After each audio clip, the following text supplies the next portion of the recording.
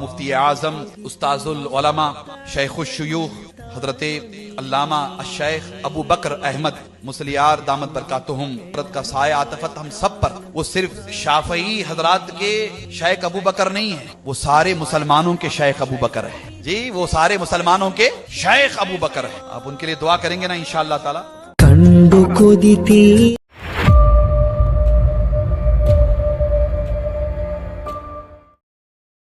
അസ്സലാമു അലൈക്കും വറഹ്മത്തുള്ളാഹി. പ്രിയമുള്ള സഹോദരന്മാരെ, ബഹുമാനപ്പെട്ട ഗ്രാൻഡ് മുഫ്തി AP ഉസ്താദിൻ്റെ ആത്മകഥ പിണറായി വിജയനും അതുപോലെ ശശി തരൂരും ഉദ്ഘാടനം ചെയ്തു, അതിന് പുറത്തിറക്കി. ഇതിന് പുറത്തിറക്കലോടുകൂടെ വിവാദത്തിലേക്കാണ് നീങ്ങുന്നത് എന്ന് മനസ്സിലാകുന്നു. ആ പുറത്തിറക്കിയ ഒരു വീഡിയോ നിങ്ങൾ കാണുക. ബാലവയസ്സിൽ ഞാൻ കേട്ടറിഞ്ഞുള്ളോരാ കാന്തപുരമെന്ന പുന്നര ശൈഖുന കാലങ്ങൾക്കിപ്പുറം അൽബിലെ മായാത്ത പാൽനീല പുഞ്ചിരിയാണെന്റെ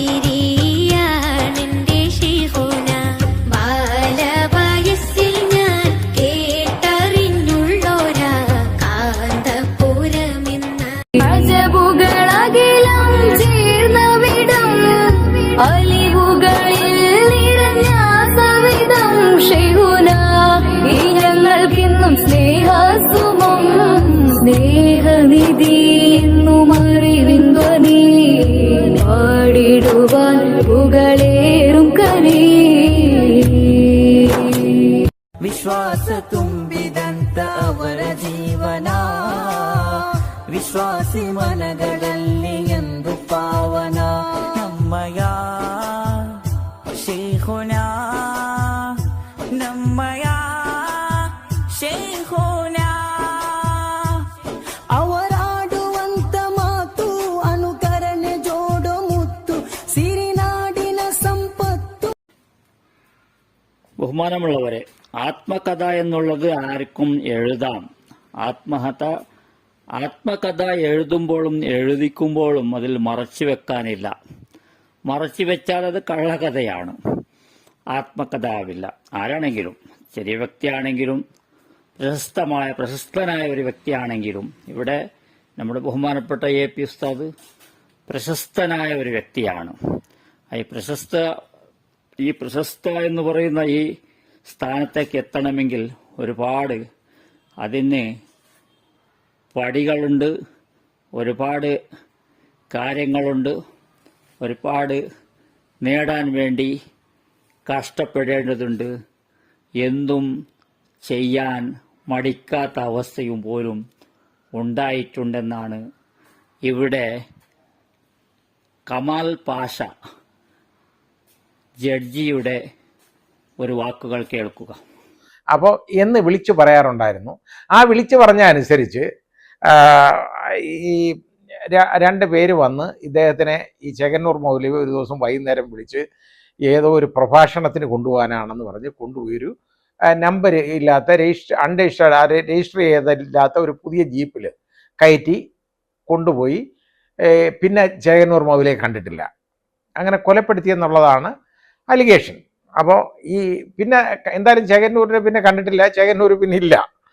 അപ്പം അതങ്ങനെ ഒളിച്ചിരിക്കാൻ പറ്റിയ ഒരാളുമല്ല പുള്ളി. ഒന്നാമത് പുള്ളി എല്ലാവരും അറിയും. അത് കൂടാതെ അയാൾ ധൈര്യമായിട്ട് ഏത് കാര്യവും വിളിച്ചു പറയുന്നവനായതുകൊണ്ട് അയാൾ അങ്ങനെ ഒളിച്ചിരിക്കുന്ന ആളുമല്ല. അപ്പോൾ അയാളെ കൊലപ്പെടുത്തി എന്നുള്ളതാണ് അലിഗേഷൻ. അപ്പോൾ അതിനകത്ത് അന്വേഷണത്തിലെ എൻ്റെ ഓർമ്മയെന്നാണ് ഞാൻ പറയുന്നത്. ഇത്രയും, അതായത് 19 വർഷം മുമ്പ് എനിക്കറിയാവുന്ന ഫാക്ട്സാണ്. അതിനകത്ത് ഒരു ജീപ്പ്, അൺരജിസ്റ്റേർഡ് ജീപ്പ് പുതിയത് വാങ്ങിയത് ഈ അബൂബക്കർ മുസ്ലിയാരുടെ മകൻ്റെ ഫാദറിൻലാ ആണെന്ന്, അദ്ദേഹം ഇത് ഈ പ്രതിയായിരുന്നു ആ കേസിൽ ആണെന്നാണ് പറയുന്നത്. ആ ജീപ്പാണ് ഇതിന് ഉപയോഗിച്ചതെന്ന് പറയപ്പെടുന്നു. ഇതേ ഉള്ളൂ. അപ്പം ഈ മൊഴി ഇങ്ങനെ പറഞ്ഞുകൊണ്ടിരിക്കുക പറയുമ്പോഴെല്ലാം. അപ്പം ഞാൻ ഈ തെക്കൻ കേരളത്തിൽ നിന്ന് വന്ന ആളാണ്, അതായത് കേരളത്തിൻ്റെ അങ്ങേയറ്റം തെക്കേ അറ്റത്തു നിന്നാണ്. ഈ അങ്ങോട്ടൊന്നും ഈ കാന്തപുരം അബൂബക്കർ മുസ്ലിയാരെ ആർക്കും അറിഞ്ഞൂടാ. എനിക്കറിഞ്ഞൂടാ ഇങ്ങനെ ആരാന്നൊന്നും എനിക്കറിയത്തില്ല. ഞാൻ ഇങ്ങനെ കണ്ടിട്ടുമില്ല, ഒരു ബന്ധവുമില്ല, അവിടെ അങ്ങനെ വന്നിട്ടുമില്ല. അപ്പോൾ അല്ലേ തന്നെ എനിക്ക് ഇങ്ങനെയുള്ള ആളുകളുമായിട്ട് അടുപ്പം വളരെ കുറവായിരുന്നു. അതുകൊണ്ടായിരിക്കാം, എനിക്കറിയത്തില്ലായിരുന്നു. അപ്പോൾ ഞാൻ എന്നൊരു ഈ മൊഴി പറഞ്ഞപ്പോൾ ഞാൻ പറഞ്ഞു, നിങ്ങൾ എന്ത് കുഴപ്പമാണ് കാണിക്കുന്നത്? ഇത് ഏത് പ്രതിയാണെന്ന് അങ്ങോട്ട് പറഞ്ഞിരുന്നെങ്കിൽ A1 എന്ന് എനിക്ക് അല്ലെ A2 ആരാന്ന് എനിക്ക് എഴുതിയാൽ പോരെ, നിങ്ങൾ ഐഡൻറ്റിഫൈ ചെയ്ത് ആരാന്ന് എന്ന് പറഞ്ഞ് ഞാൻ പ്രോസിക്യൂട്ടർ അടുത്ത്, സ്പെഷ്യൽ PP ആണ്, എനിക്ക് ദേഷ്യപ്പെട്ടു. ഞാൻ പറഞ്ഞു, എന്ത് എന്നെ മെനക്കെടുത്താനായിട്ട് ഇങ്ങനെ ഈ കാന്തപുരം അബൂബക്കർ മുസ്ലിയാർ എന്ന് ഞാൻ ഇങ്ങനെ എഴുതിക്കൊണ്ടിരിക്കണം? അതൊരു 10-20 പേജ് എഴുതി കഴിഞ്ഞ് അപ്പോഴത്തേക്ക് ഞാൻ ഇതങ്ങ് മടുത്ത്. അപ്പം ഞാൻ പറഞ്ഞു, നിങ്ങളുടെ ഇത് ആദ്യം ഐഡൻറ്റിഫൈ ചെയ്യിപ്പിക്കും പ്രതി, എന്നിട്ട് തന്നു എന്നെ അത് പ്രതിയല്ല പുള്ളി എന്ന് പറഞ്ഞു. ഞാൻ പറഞ്ഞു, പ്രതിയല്ലാത്ത ഒരാളെ കുറിച്ചാണോ ഇത് പറയുന്നത്? അപ്പം ഞാനിത് ഈ തലയെക്കെട്ടുകാരൻ ഒരാൾ നിന്ന്, അത് ഈ ഇദ്ദേഹത്തിൻ്റെ മകൻ്റെ ഫാദറിലാണെന്ന് പറയപ്പെടുന്നു, അങ്ങനെ ഒരു നീളമുള്ള ആൾ, അയാളായിരിക്കും ഇങ്ങനെയെന്ന് വിചാരിച്ചു ഞാൻ. അങ്ങനെ സത്യത്തിൽ ഞാൻ വിചാരിച്ചേ. അപ്പോൾ എന്തറിയോ, ഞാൻ ചോദിച്ചു, അപ്പോൾ ഇത് പ്രതിയല്ലാത്ത ആളെക്കുറിച്ചാണോ ഇത് പറയുന്നേ? ഇതിനകത്ത് ഇത്രയും കാര്യങ്ങൾ, ഇതെന്താ സംഭവം ഉണ്ടായിട്ടുണ്ട്? അപ്പോൾ ഒരു ജഡ്ജിയുടെ ജീവിതത്തിൽ ഉണ്ടാകുന്ന ബുദ്ധിമുട്ടെന്ന് പറയുന്നത് മനസ്സിലായിക്കൊള്ളണം. വലിയ പണമുള്ളവനും സ്വാധീന ശക്തി ഉള്ളവനുമായിട്ടുള്ള ഒരുത്തം വിചാരിച്ചാൽ എത്ര ബോൾഡായിട്ടുള്ള ഒരു ജഡ്ജിയുടെ മുമ്പിൽ നിന്നും കേസ് മാറ്റിക്കാം. അപ്പോൾ എനിക്ക് നാട് നീളെ കേസ് പറയാൻ എനിക്ക് സമയമുണ്ടോ? അപ്പോൾ ഇത് എക്സ്പെൻഡ് ചെയ്യാനായിട്ട് ഡൽഹി കൊടുക്കാൻ വേണ്ടി ഞാൻ ഫ്ലൈറ്റിൽ 2 തവണ ഡൽഹി പോയിട്ട് വരേണ്ടതായിട്ട് വന്നു. ഇനി അതിൻ്റെ ഫ്ലൈറ്റ് ചാർജും അതിൻ്റെ ചിലവുകളും എല്ലാം കൂടെ അതിനെൻ്റെ പൈസ ഇല്ലെന്ന്, ഞാൻ എൻ്റെ PF ലോൺ എടുത്താൽ ഞാൻ പോയേക്കുന്നത്. എനിക്കത് ആരെങ്കിലും തരുമോ? എനിക്ക് ഈ കാന്തപുരം കാശ് തരുമോ? ഇല്ലല്ലോ, ഇല്ല. അപ്പോൾ അത്രയും ബുദ്ധിമുട്ട് എനിക്കുണ്ടായിട്ടുണ്ട്. അപ്പോൾ ഞാൻ അത് കഴിഞ്ഞപ്പോൾ ഞാൻ വിചാരിച്ചു, അപ്പോൾ എനിക്ക് ഇങ്ങനെ ഇവിടെ കേസായി. ബഹുമാനമുള്ളവരെ, ഇവിടെയാണ് നമ്മൾ ഈ ആത്മകഥ എന്നുള്ള ഈ കാര്യം, ഈ പുസ്തകം നിർത്തിവെക്കേണ്ടി വരുമോ എന്ന് തോന്നുന്നത്. ഇപ്പോൾ ആത്മകഥ കമാൽ പാഷ എഴുതി അദ്ദേഹത്തിൻ്റെത്, അപ്പോൾ ഇവിടെ മാറ്റിവെച്ചതാണ് ഇതൊരു കാര്യം, പണ്ടത്തെ പഴയ കാര്യമാണ്.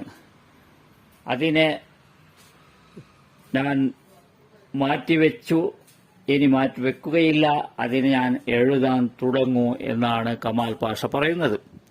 അപ്പോൾ ഇവിടെ ഒരുപാട് കാര്യങ്ങൾ നമ്മൾ ആലോചിക്കാൻ ചിന്തിക്കാനുമുണ്ട്.